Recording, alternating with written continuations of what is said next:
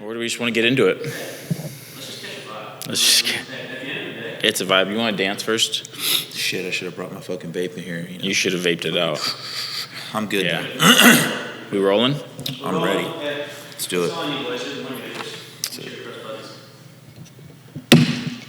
Popping tops. Popping bottles.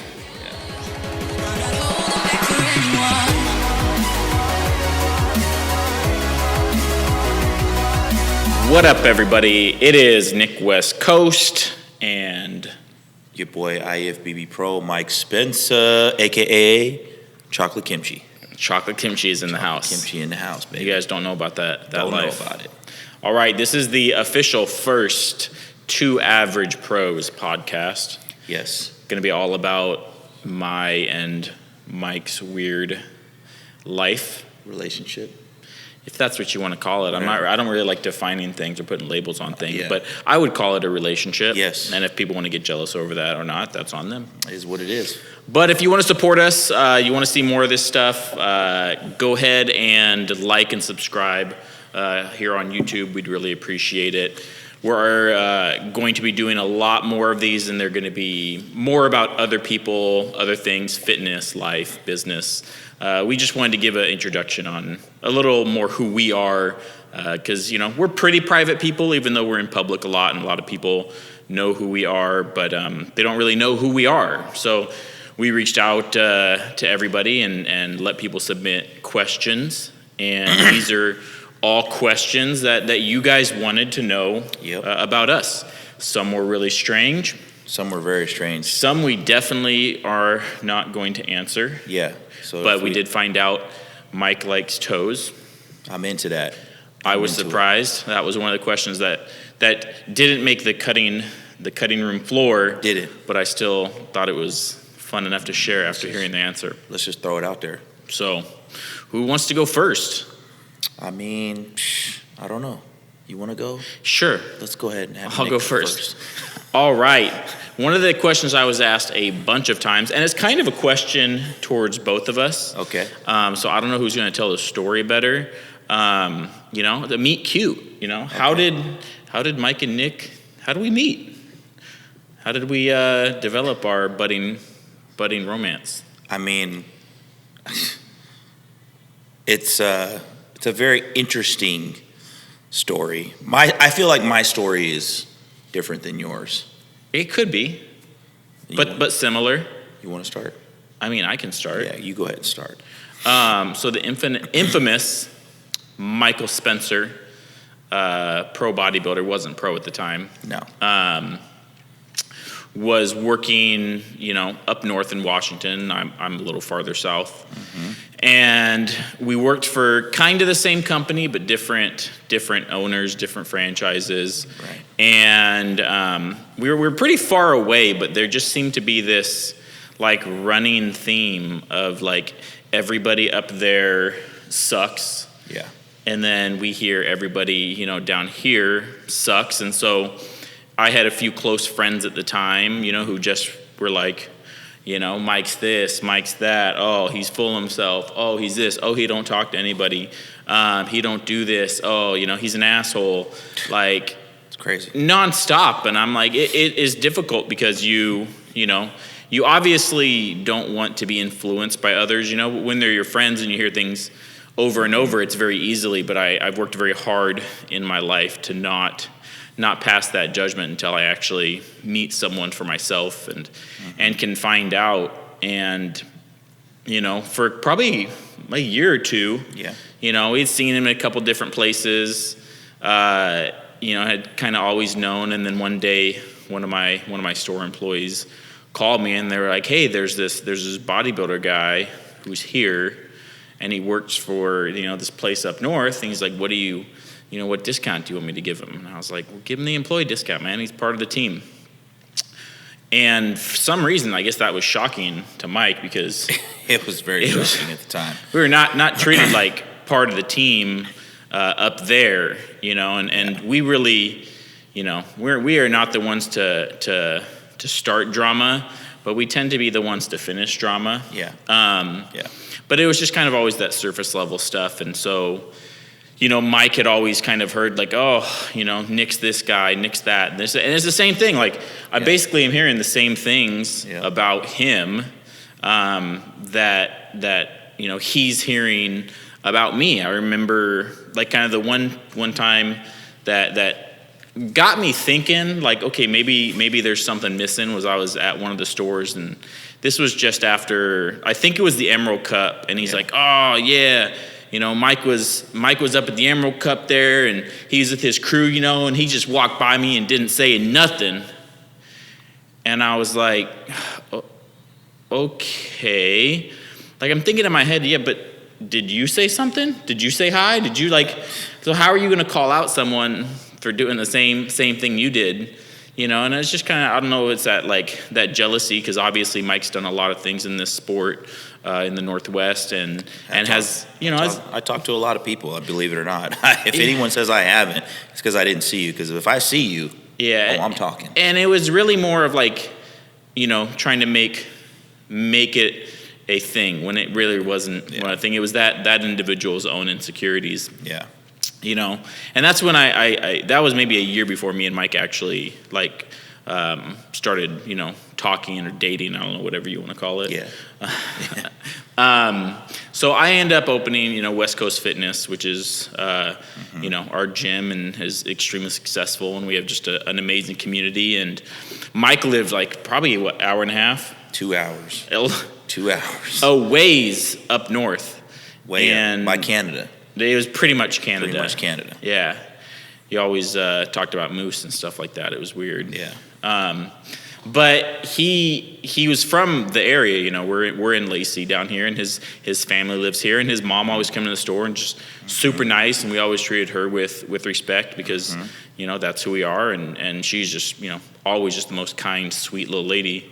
And when we opened the gym, Mike just was like, hey, I want to come down and check out the place and see it. And he came down and he's like, hey, would you be cool if I maybe train some people down here? And I'm like, yeah, man, if if that's what I said, it's a long drive, but if that's what you want to do, then go ahead. And he made that drive every day. Yeah. And we weren't paying him. I mean, that was literally him training his own people.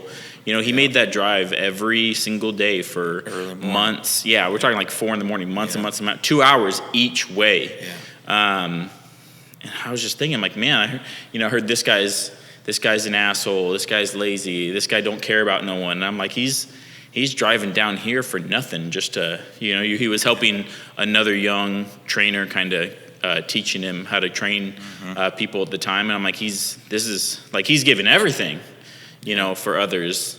And then, I started, very quickly, realizing that, everything that people had been saying was because they were scared or intimidated by him in the same way that they're scared or intimidated by me. And we're, almost the same person, but coming from just kind of two completely different backgrounds.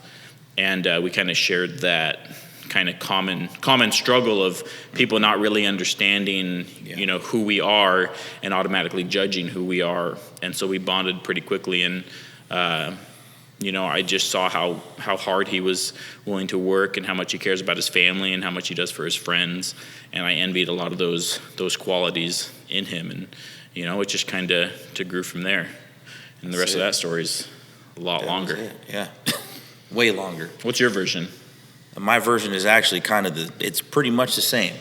I had to come down for myself and see what the hype was all about, and it wasn't anything that was negative, but kind of like what Nick talked about was, I kept hearing things about Nick, and obviously being in the fitness community, I had seen him at shows in passing, and we, believe it or not, our history goes back a lot further than West Coast, because we used to be members at the same gym that's ours now, but when it was another gym, and we crossed paths, every once in a while. We had seen each other for quite a few years, and so just having that, and then reconnecting. But I was really interested in Nick the person, because I had been seeing how he was running his businesses on social media, and that's kind of what drew me to him, was the fact that everything was running so smoothly, and I couldn't understand why the same team, that we were supposed to be working for, that same company, was doing things differently. So that's kind of what initially spiked my curiosity about coming down here and seeing Nic. And I actually came down here because I wanted to see the store and I wanted to support, what I thought at that time was we were all one thing. And then, Nic wasn't here and his ex-employee called him up. And so I decided, because I had come down here and Nic had treated me with so much generosity and just took care of me and my clients at the time that were up there, I just decided to make it a weekly thing, and that's kind of how that got started. Yeah, I mean, I asked Nic if I could come down to the gym because of the history of us being members there, and he owned it, and I wanted to support him in that because he was giving back to the area where I grew up. I mean, when the gym initially had closed down, it was really, really hard for a lot of people here in Lacey, and so when I had heard that he had made that purchase and opened it back up, it was a big deal, Yeah, the original gym, Lacey Ultra Fitness, was a big community staple.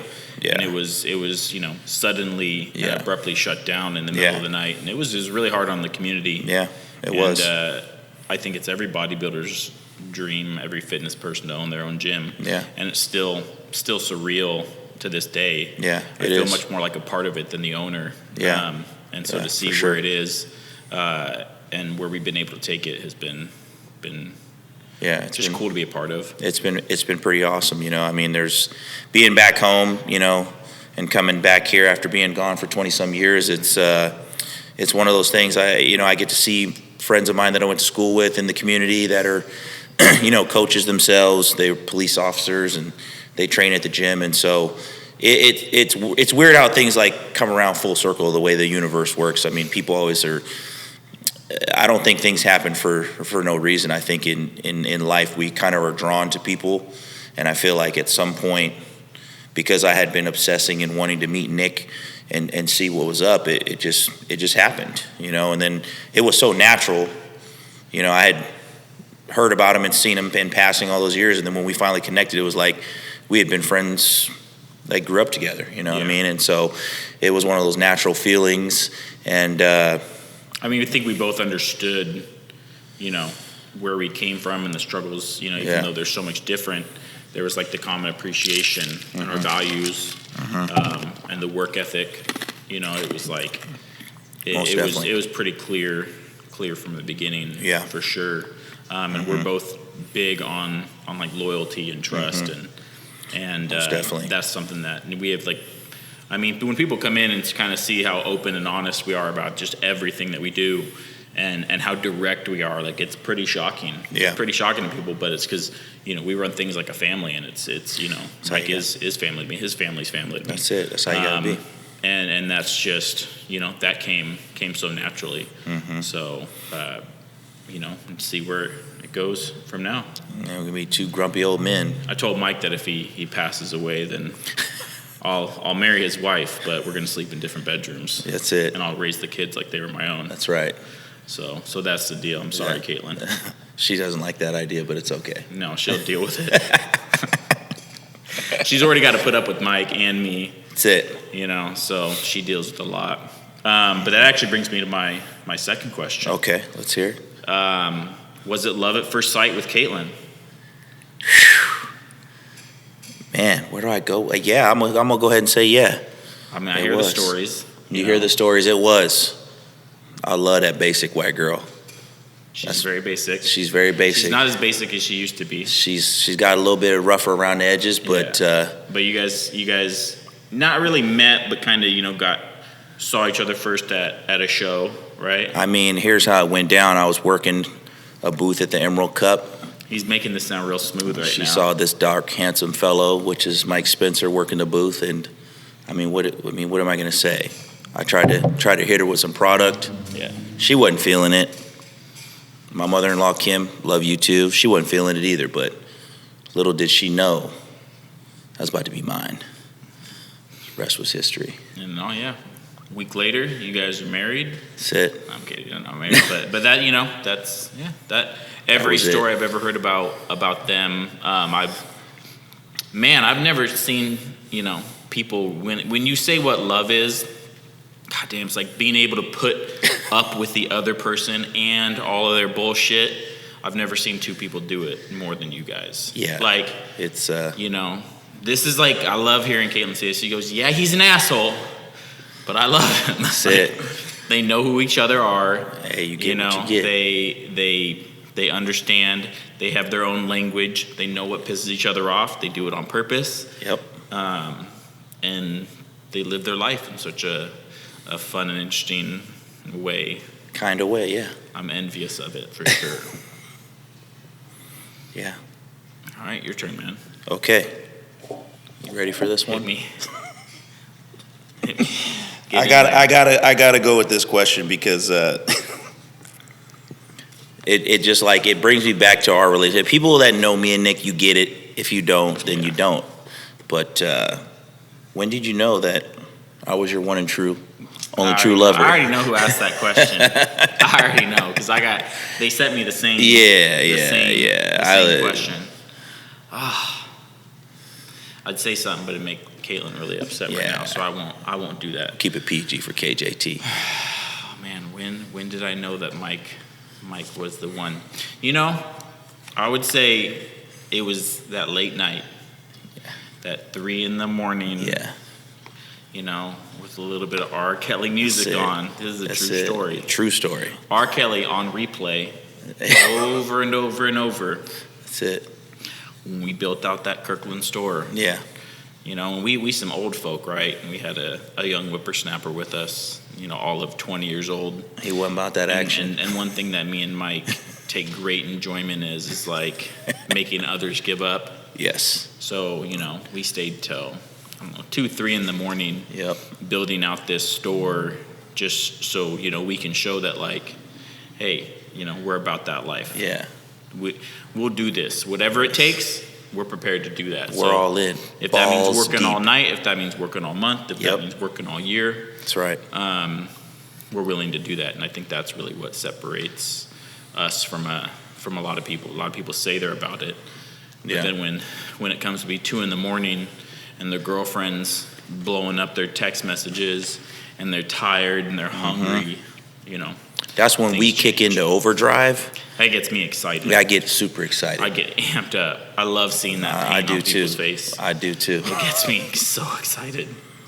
But yeah, that was the moment that I was like, yeah, this is gonna be something. Yeah. That's gonna be my baby daddy. Yeah. That's it. He's my unicorn. Okay, so now let's get to Mike's family a little bit. We got to Caitlin. Yeah. A lot of you guys don't. A lot of you guys see Junior and Sophia a lot. But Mike has 4 kids. So briefly describe all 4 kids. All 4 kids. And what's different about each one? My oldest son, James, he's 12. He's a very, very passionate kid. Great athlete, baseball player. He is that's my dude, man. You know, he's sensitive. He's a lot of things that I'm not. I think that's one of the reasons why he kind of annoys me, but I also love him to death. And then Charlotte, my oldest daughter, she's 9. She's my beast. She's everything that a father who has a daughter wants to have in a daughter. Yeah. She is savage. Yeah. And she does not care. Like, I'm not even joking. That girl is special. And then, you know, then there's little Junior. Little Junior, what people don't realize is came to me in a time when I was going through some severe depression. You know, Caitlin and I were struggling. We were getting evicted.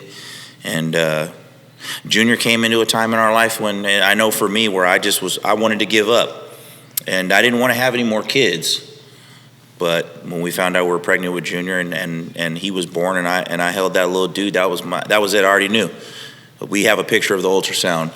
Junior's making a bicep pose in the ultrasound. I knew he was going to be a Junior after that. That was my dog, you know what I'm saying? I love all my kids the same, but little Junior definitely came at a time when I needed him. And you guys were going through a lot at the time. We were, man. You guys were for sure struggling. We were struggling. I mean, I was working 3 jobs. Your boy was working for UPS going brown. I was working at Nike at night stocking. and then training. And Caitlin was pretty, a pretty young mom. She had 3 jobs as well. Yep. And I know she had all the faith in you in the world, but I know there was probably some difficult nights. There was, man. But we pulled through. And then, what can I say about my little Sophia? She is something that's not like any of the 3 of my other kids. She is completely off the reservation. That Sophia girl got a little attitude. She got a problem. She will get punched in the face one day when she's older. I swear to God. She's got the attitude of all the other kids like rolled into one. Yeah. She's gonna be something. I don't know. Can I say that she's the resin from my ball sack that is like concentrated? Yeah, she's concentrate. She's that concentrate version. Like, because you're a lot older now. Yeah. Like, she's like that. Yeah. That super concentrated. She's like that last left over. Like, you left the bottle open. That's it. Yep. And and it evaporated. That's it. Yep. And so like ultra concentrate. You got Sophia right there, man. Sophia right there. That's my little Sophie. So. And Junior's just crazy. I've never met like. He'll be on a skateboard. I'd be like, "Oh, nice. How long you been skateboarding?" He's like, "I just got it today." Yeah. I mean, he's 5 years old. He's riding motorbikes, no fear. He's like, "I want to go on." Like, this is legit. This kid has no fear. It's just like, yeah. Like he literally will fight you. Yeah, he will. Without fear. Like he's gonna be a terror in his own way. Listen, what people don't realize is Junior He's gonna break is some stuff. That's the white side. In Junior. Yeah. KJT shot us, your fault. Like, do you think he does things because he doesn't know any better? Like Caitlin? I think. Or does he just not, like, give a shit like you? No. I'm straight up convinced. Like, he's just, that's the white side in him, bro. White people do wild shit. Like, that's Junior. Like butter their toast like and then put it in the butter toaster. On a toaster and then want to cause a massive structure fire. Yeah, but that's what all people do, right? That's what all white people do, supposedly. That was the first. Hey, listen, like when white people drink milk for dinner with steak. And what, you don't drink milk with steak? No, bro. The first time I ever seen that was with her. Well, you got to compliment the ketchup.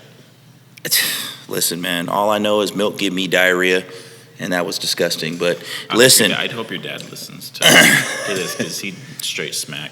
What he doesn't realize is sometimes you got to do what you got to do to get to the treasure trove. You know what I'm saying? So I'll drink a glass of milk. Yeah. And I'll have bubble guts because it got me, KJT. Yeah. All right, you're up. All right. Here we go. I think I'm not even paying attention anymore. Why West Coast supplements and West Coast fitness? And what made you want to get into the supplement and fitness industry? You mean why the name? Why the name? Why the name and why that direction? The name was the second choice. Yes. And not a lot of people know this. Yeah. But I actually had another name picked out. Thought I was slick. It was gonna be 360 Fitness, right? 360. It was gonna have that Washington route. 360 Fitness. I remember that. And I presented that to the landlord at the time. And the landlord says, "Well, we have a 360 chiropractor, so I'm just gonna have to run it by them first." I remember that. And landlord gives a call back and said, "That name's a no-go." And so my entire plan for like the last 3 months just kind of went out the door. And I just started getting to writing what sounds cool. Yep. Do I want to go with something veteran themed or, and then just the West Coast popped in my head. Yeah. And just makes sense. Literally, it just was like, 3 hours later, Yep. we changed everything from 360 Fitness, the Mecca, to West Coast West Fitness. Coast sounds way better. And then we really came to business. I mean, I don't know what I say. I fell into it. I got a degree from UW in politics, and I was going to be a lawyer. Mm-hmm. And I had another one in economics. And I was always really good at selling stuff. I really cared. I like talking to people. Used to work for Circuit City. Shout out Circuit City. Hey, y'all young bucks don't know about Circuit City. When I was 18, I used to sell vacuum cleaners in houses at 18. Yeah. I was an idiot. That was stupid. That I'm sorry if you do that job. That sucked. And then my first kind of real job was selling cars. And that was a big wake-up call, and I was good at it, but I didn't enjoy it. Yeah. And so bounced around because, I was just still pretty young. So I was there for about a year, and then, Circuit City for about a year. And then I kind of, after 9/11, I just didn't want to be an old guy talking about, what happens and not having actually, sacrificed anything or done it myself. And both my brothers were in the Marine Corps, and I was like, well, I can't go in the Army. Yeah. Can't go in the Air Force. Nope. That is a no-go. So, I always liked to challenge. I always wanted to be the best at whatever I did. And so I was like, all right, well, join the Marine Corps and did that thing. And then, when I got out, was going to school. And towards the end of me getting out, one of my friends was managing a GNC. And they were struggling, but they knew I was into fitness and I was good at selling. So they said, hey, will you come help out my store? And so I went to work, just as a part-time employee at GNC, and was just finishing up my degree, and that was, I only had a couple months left. And so I told the regional manager at the time, I was like, look, I graduate pretty soon. So, I'm either going to need to have my own store or I'm going to have to go find a real job, because I'm not going to be going to school anymore. So, I kind of told him, look, I understand that I'm new and I have to prove that, but when I prove it, I want my own store. Yeah. And I've always had that confidence in myself, and ended up doing that, running my own store, taking the worst store out of, I think it was 27 or 28, training to the first store every month. In 6 months, I had trained 6 managers. And then I took over one of the busiest stores in the region, and then I was running 6 stores, and all this happened in maybe 12 months, you know, because I just was really good at sales, and I loved it. And it was like I was good at sales in a industry that I enjoyed. Yep. But what I realized, for anybody who's worked at GNC or Vitamin Shop or, any corporate ran Supps or corporate ran gym for that matter, is it sucks the living soul out of you. It literally takes every ounce of passion you have for it and just rips it out, because all you do is focus on numbers and selling gummies and this percentage of this product and this percentage, and then you're on these commission things, so you're like telling people to buy this one because you make money on it, and this one you don't, so you're bashing some products even if they're good and telling people that shitty products are good. And so I was like, look, for me to ever continue doing this, which I do enjoy doing, I'm gonna have to do it on my own. I'm gonna have to do it to branch out. I'm gonna either own my own store or be part of a company that's different. And then ended up getting that opportunity with Told Nutrition at the time, opening more stores, eventually buying the stores. Bought the gym first, and then ended up buying the stores, and now we're opening more, making my own supplement line, making my own brand, and just seeing where that has taken me. And now I have the opportunity to bring other people along that ride and not have them go through those same struggles and 70-hour work weeks and just exhausting days and months and years and sacrifices. And so now we have a team that I'm just lucky to have, and be around and enjoy. So that's kind of what got it all started. Random acts of life. Some of the things I always tell people are, you never know when your opportunity's going to be there. But you better be ready to walk through that door. And it does, and I just happen to be ready to walk through the door. I never in a million years thought I'd own my own gym. I remember when it closed down. I was laying in my bed in Tacoma, and I was just like, man, I wish I could open that up. I wish. I never even then I didn't think. It was a good 4 months later that we ended up opening it up. Just kind of getting in contact with the right people and then the landlords, but I didn't have those connections. I didn't know that was going to happen. And it's like life is strange. Like, I truly believe everything happens exactly how it's supposed to, because for me to be where I'm at now, there had to literally be 20 or 30 specific things that would have changed the direction of my life drastically. And without those things happening, this never would have happened. And so now, you know, as far as the stores and the gym and our brand and our businesses, it's just going to go in whatever direction it naturally goes in. Yeah. So I don't try to force that or control that, or I don't even care at this point. Yeah. I want to keep growing and expanding and pushing, but whatever that looks like doesn't really matter to me, as long as I'm happy and then the people around me are happy. Yeah, most definitely. That's how it started. That's what. Yeah, there you go. This kind of goes into your kind of professional career, because the next question I had was, I wanted you to describe the conversation I had with you after you got your pro card. Yeah, it's very interesting. So people, I think sometimes when they see us, you know, I've had people say, oh, you know, you're Nic's golden boy, yada, yada, yada, or this and that, you're his bodyguard, whatever the case may be. But what people don't realize is that after connecting with Nic and being around him, you know, I had to then, as his friend and as someone that, you know, looked up to him, because I did look up to him, I had to prove myself. You know, I had seen people come and go with the company that he had given opportunity to, and you know, I was envious of that, because I thought, man, I could do that better if I had the chance. And so, you know, fast forward to 2016, I do the Emerald Cup, first year of Classic, I win the Masters. And I win the overall, which is the only year they had that. And then I got 5th in the Open. And at that point, I was going to be done. I was just done. I was just tired. You know, I'd been competing in bodybuilding year after year after year. Then 2017 comes around, and, you know, I was, you know, by that time, 2016, those 2 years, I was a union concrete cutter. You know, go back to the Emerald Cup when you won the overall.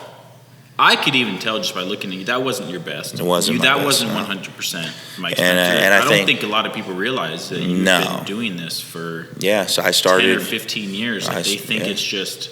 I started in 2000. Training and become a pro, and that's just not how this world works. No, I started competing, prepping for my first show at the end of 2008 in bodybuilding, way before Instagram and Facebook was popular, and there was no teams, no coaches, none of that stuff. And so, flash forward to 2017, you know, I'm a concrete cutter, I'm struggling, and I'm thinking that is going to be my life. And then, you know, I end up winning Emerald Cup, and after that, I was done, because that was the most prestigious thing that I could have done in this area, to win Emerald Cup. And I didn't want to, I was done. I didn't want to do any other shows. And then, you know, Danny Hester, the first Classic Physique Mr. Olympia, a good friend of ours, you know, pulled me aside and said, hey, man, you need to go to USA's, you need to dial it in. And at that point, I was struggling. We you know, Caitlin and I were struggling. And you know, people don't know this, but, you know, Nic had sponsored me through Total, you know, with all my supplements and stuff that I needed. And, you know, got there to USA's and, you know, turned pro. You know, USA's was one of the most prestigious shows at the beginning of the year. And then how much money did you have in your bank account? $500 or so. And me and Caitlin and Lil Jr. and close family friends were all there. And I had no plan. I came back home, and that was right around the time I was coming down and training at the gym. And you had asked me the question, and people don't know this, and I tell people this story. You had asked me, so what's your plan? Is your plan to be a glorified trainer? That was That was the first time I had ever heard. Now remember, it's your life now. IFBB Pro. This is what Nic says. You want to be just a glorified trainer. And at that point, I had never, you know, I'd never thought outside of like kind of my realm and my universe. I thought, you know, you turn pro. People always think like, oh, you're going to turn pro. You got these sponsorships. Your life changes. Mr. Olympia. No, it doesn't work like that. Not anymore, because with social media being the way it is, companies don't give out big contracts. I know pros work for minimum wage. That's it. I know pros work at McDonald's. Yeah. You know, and so that's how, you know, my life had changed, because I had never had someone implant an idea in my brain that there was something more than bodybuilding. You know, I thought this was going to be my life. I was going to train, and anybody that's in the industry knows you train. You know, you got to chase clients down. You're basically living paycheck to paycheck because your income depends on if these people can pay or not. And that's what my life was. And I was stressed all the time because I cared about it and I was passionate about it. And you put, you put a lot. Yeah, I put a lot of time into my people, and because I care about people, not just bodybuilding. I care about the people themselves. And so, and similar to like what I try to do for others, which doesn't always pan out great. Mm-hmm. And hasn't panned out great for you all the time. It's like you invest emotionally so much into people with time and everything. And so I saw this over the course of, I don't know, a year. Yeah. And, it's like I didn't want to throw you off, while you're trying to get it and go there. And then when you get back, it's like, what now? Is that it's all you want to be? Yeah. You want a card and a title and be the man now? Like, is that's your life, And if you look at most of the pros who end up being extremely successful, they get into business, they get into things. And most definitely. If you just, going to train people for the rest of your life and you're not progressing, you're not going to, eventually you're going to get older, you're going to get hurt, you're going to get tired, and if you haven't set yourself up either, owning a business or creating a foundation, it just can all fall apart. And so seeing the potential, that Mike had, it's like, I didn't want him to go down that path because it's so easy. When you're training people, it's like, cool, I get the money, I get this cash. It's like dealing drugs, Yeah, that's it. You get it and you spend it because it's not right. Real. And you never think in the future, you're thinking the next client, the next person. Yeah. And I saw the value and potential in him, and I just couldn't imagine you living and grinding out that life and being able to really provide for, yourself and Junior. And I'm not sure if Caitlin was pregnant yet. She was. He was super close to her. Close to her getting pregnant with Sophia. And, I had started to develop a relationship with his family. And I just wanted more for him. Yeah, it's crazy too. Glorified trainer. Glorified trainer. Listen, guys, I'll never forget that. And when I tell people about my story with Nic, it's like that was the one time people in my life had come and promised me things and said that they would do this. And I remember it just stuck in my brain because I remember going back home and telling Caitlin, I'm like, man, this guy just asked me if I want to be a glorified trainer. I'm a damn IFBB pro, and he asking me if I'm a glorified trainer. What? But I had never had someone approach me that way, just on some straight business. Like, what is your plan? I don't think a lot of people realize, like, I don't care who you are. He doesn't. He does not care. I don't. When I was in the military, I would be in front of, privates, and I'd be in front of generals, and I acted the same way all the time. I just never looked at what someone else had and thought, ooh, man, I want that, or was jealous of that. Yeah. It's just not in me. And so being a pro, like I think it's an amazing accomplishment. Yeah, it is. But for that to define you, like the Marine Corps doesn't define me, business owner doesn't define me. Right. Those are just parts of my life. Right. For sure. So IFBB Pro doesn't define Mike. No. And I didn't want him to think that's all his value in life was. Yeah. And, to anyone who's a pro out there, this isn't to bash on pros. No, that's not what I'm trying to do. What I'm just trying to say is that, putting labels on who we are and saying we're something because of that. Right. Really life just comes down to how you treat other people and you take care of your family and provide from your family. Yeah. And the moment you start thinking you're better than someone else, because of a title or just because of that's who you are as a person. Yeah. It's not going to go. It can go bad. So I just, when he came back and had that, it was like, okay, well now it's time to really figure out life. It's like, now what? And now what? And here's what's crazy is that what a lot of you guys don't realize is that this year I'll be 41. So I turned pro. I was 12 years older than everyone in my class. Okay, I was 36, and I'll tell you guys, at that age, it was scary because now I have two at the time, Caitlin and Lil Junior, and then Sophia on the way, and as somebody who's responsible for their family, there's a lot of pressure, and so to have Nic come to me like that and offer me an opportunity and the guidance. I will say a lot of people who have people in their life. I had people in my life because I was IFB Pro Mike Spencer. That's where they kept me. That was my cap.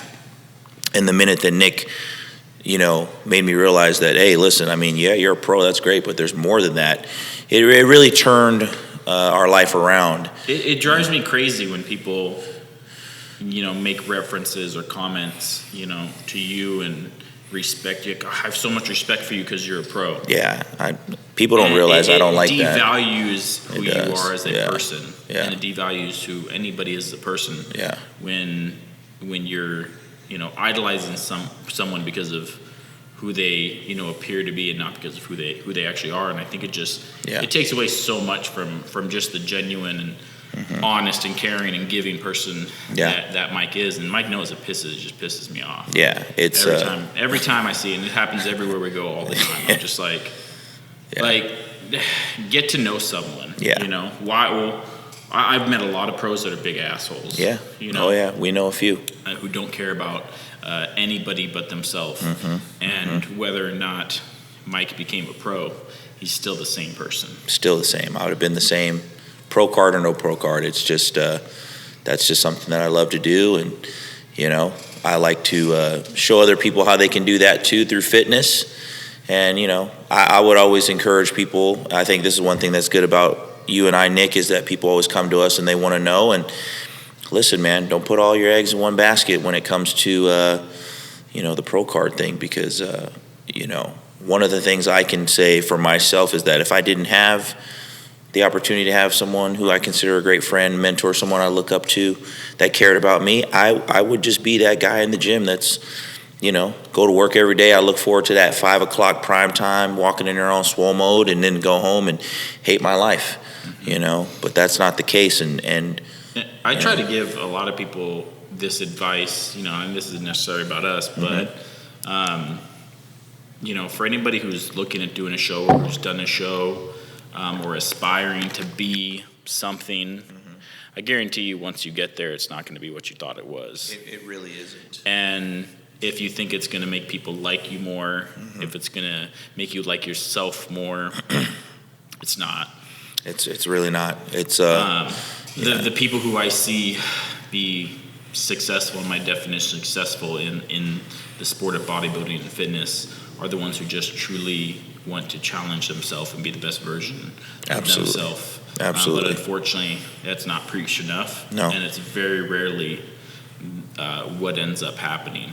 And so we start thinking about what we want out of it. We want friends, we want recognition, we want the title, without really thinking of like, well, what am I, does this change who I am as a person? Right. Am I doing this for the right reasons? Am I motivating others along the way? Right. Am I inspiring people? Right. The kind of nature of the sport is selfish. And I think that's probably one of the biggest things that I hope changes overall in it. Yeah, for sure, most definitely. What you got? So my next question, people that are around Nic and I, they have heard this comment being used, and someone brought it to my attention. And so the question was, well, why do you and I refer to ourselves as the Febreze brothers? Why are we so fresh? Is that not self-explanatory? It makes sense.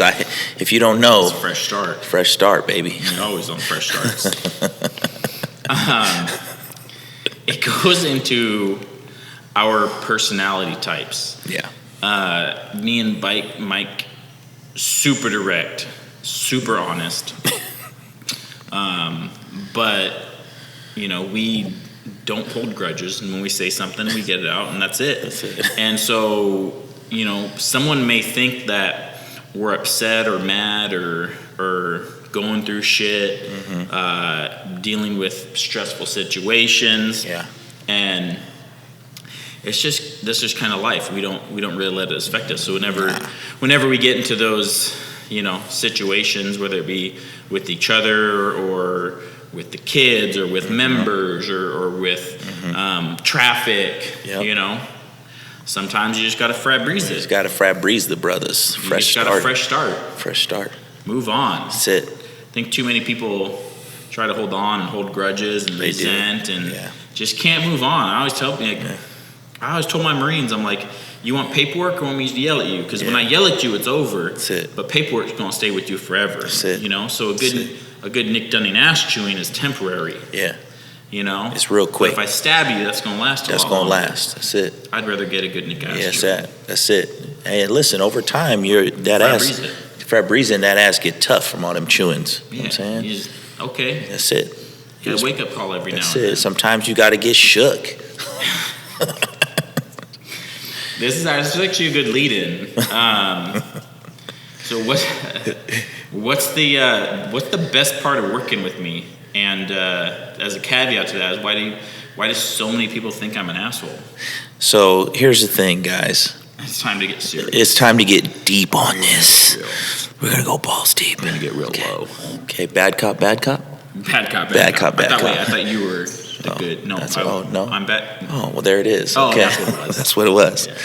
So listen, I would say, here's the thing, man. We live in an era now where people, they're hella sensitive. Let's just call it what it is. They're sensitive as shit, and if you're around us and you listen, here's the thing. If you want to be a part of West Coast, the gym, you want to be a part of their inner workings, you got to have some tough ass skin, man.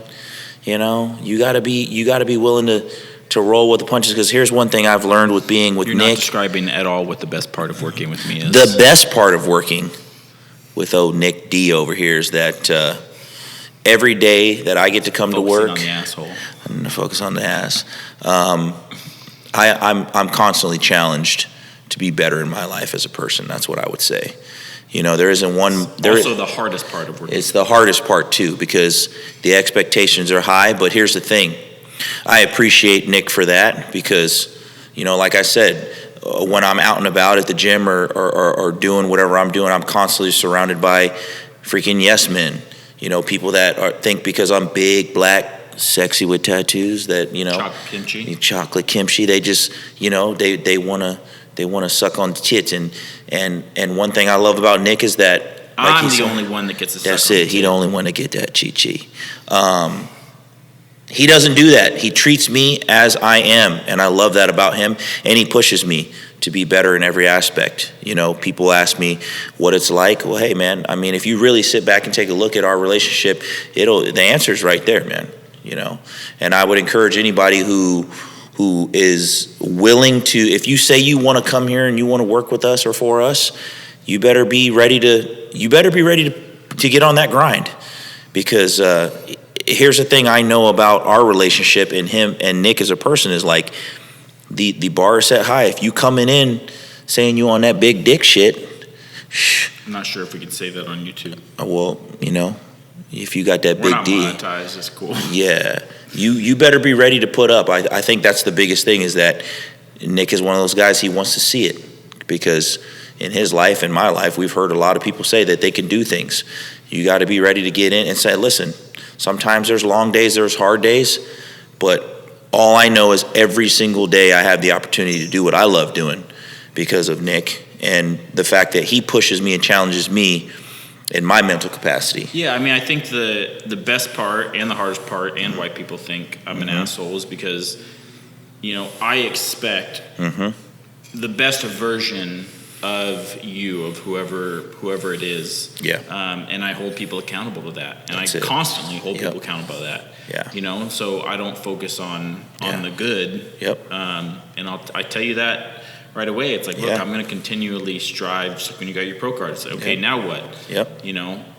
I think challenging yourself in life and having people around you that challenge you and motivate you is an important part Absolutely. happiness. Absolutely. If you get comfortable, I think is why a lot of people are unhappy and depressed, is they have nothing to look forward to. And so the moment I feel like someone's getting comfortable or complacent, I make sure to let them know real quick that that's not okay, and that's in business, in our friendships, in your marriage. I've called Mike out for things with his marriage getting comfortable, because I want Mike to be the best version of himself, and I want everybody who's associated with me to be the best version of themselves. And I think the other reason people probably think I'm an asshole is they spend so much time listening to what others say and not knowing me at all. I think people really do need to take the time to here's one thing that stood out to me about Nic. Before our relationship started getting really close, I was with a company that Nic kind of had a falling out with. And I remember he came to me and he said, "Hey, listen, you're sponsored by this company, and I don't get along with that person, but you do you, Mike.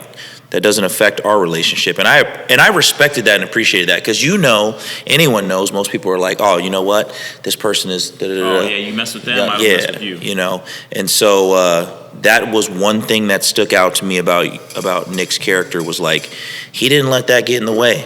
And I'm the same way too. I'll let people know, like, hey, if you're gonna get personal, be careful what you say about Nic, because if you don't know him like that, you shouldn't say it. And if you are gonna say it, make sure you say it to his face, or to someone else. That's not me, because I will repeat it to him.